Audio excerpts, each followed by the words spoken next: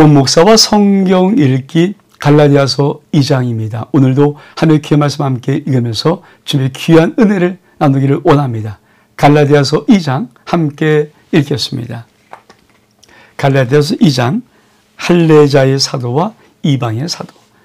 14년 후에 내가 바나바와 함께 14년 후입니다.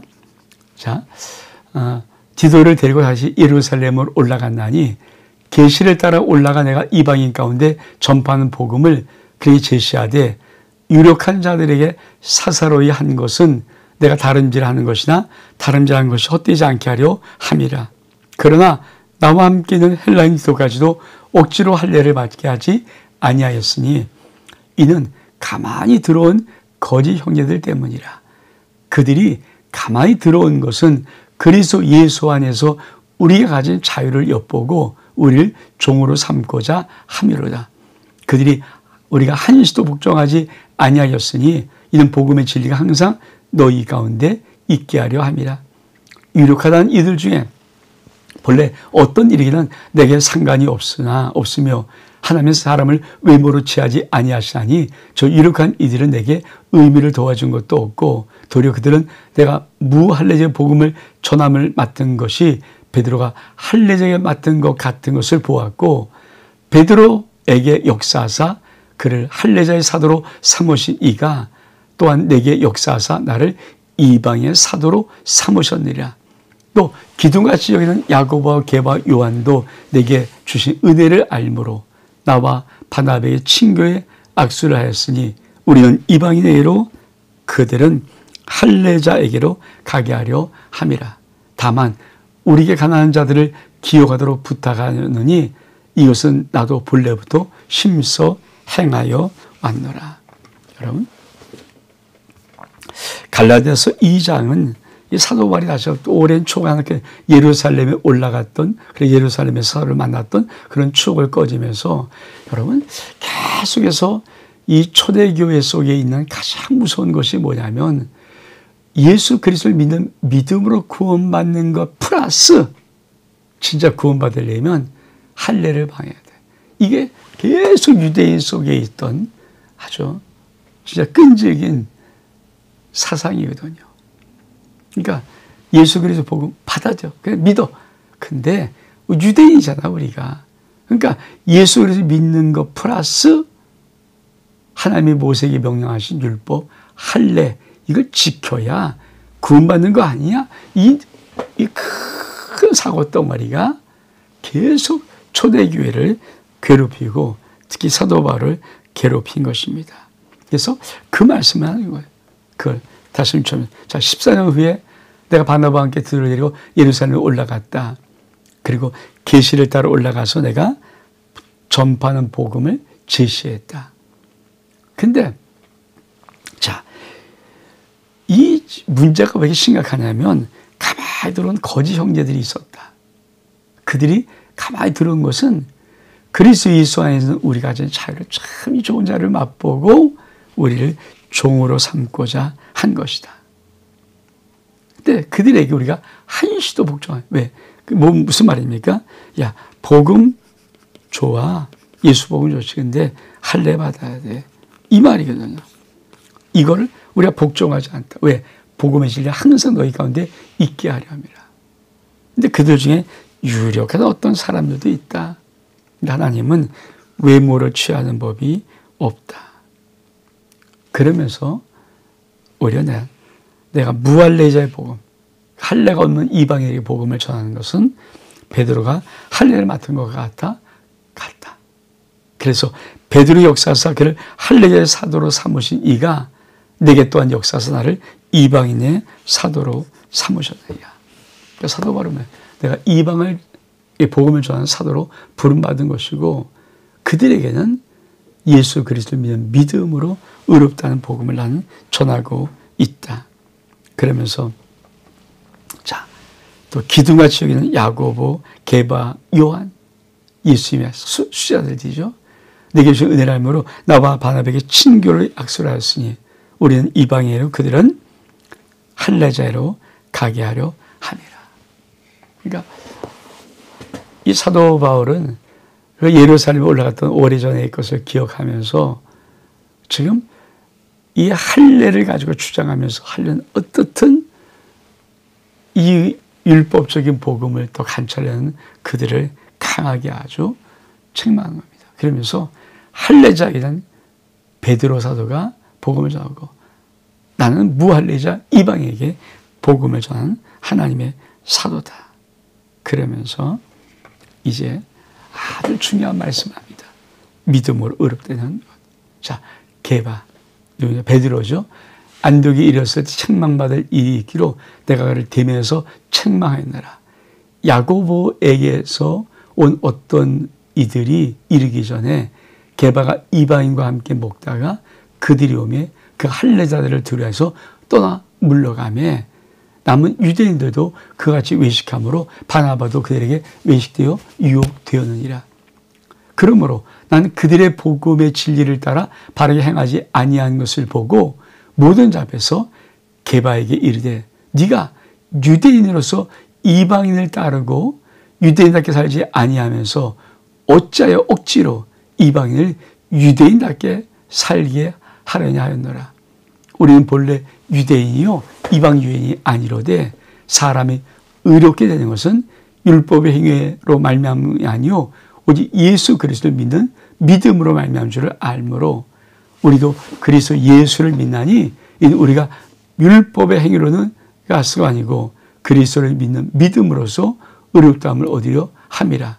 율법의 행위로는 의롭다함 받을 육체가 없느니라. 만일 우리가 그리스도 안에서 의롭게 되려 하다가 죄를 들어가면 그리스도께서 죄를 짓게 한 자냐? 결코 그럴 수 없느니라. 만일 내가 헐었던 것을 지으면 내가 나를 범죄자로 만든 것이라.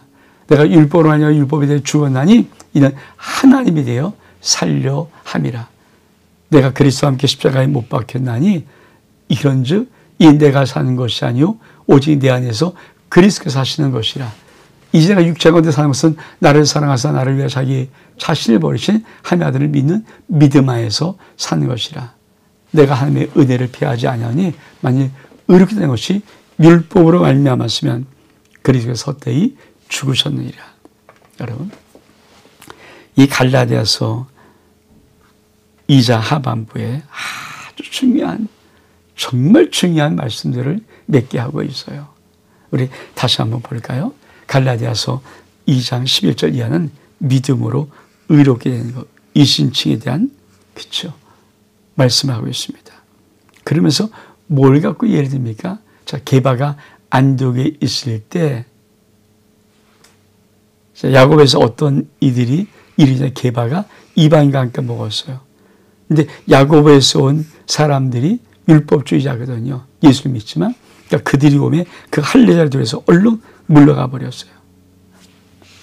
아니 베드로 사도 정도 되는 사람이 왜 유대인들은 이방인과 함께 있는 것을 꺼리죠. 사실 선민이고 이방이기 때문에 이방의 음식 먹는 것 죄스럽게 여겨요. 그러니까 이방의 집에 들어가는 것 그 죄스럽게 여기는 거예요. 유대 율법엔 들어갈 수 없어요. 근데 베드로가 지금 이방인과 함께 음식을 먹고 있었으면 무슨 교제가 있었겠죠? 근데 갑자기 야고에서 어떤 유대인들이 오니까 베드로가 저쪽에서 율법주의자들 유대인들이 오거든요. 그러니까 자기를 보면 그 책망가 슬쩍 그냥 밥 먹다 말고 도망가 버린 거예요. 그 사건을 놓고 이 사도 바울이 베드로를 대면해서 얼굴면이 여러 사람 이 얼굴에서 책망하는 겁니다. 네가 어떻게 그럴 수 있냐? 그게 맞는 거냐? 그러면서 뭐라고 말합니까? 베드로의 그 외식으로 말미암아 남은 유대인도 그와 같이 외식함으로 바나바도 그들의 외식에 유혹되었다. 그러므로 그래 복음의 진리를 따라 바르게 행하지 아니함을 보고 나는 그들이 복음의 진리를 따라 바로 믿음으로 그렇게 되는 거거든요.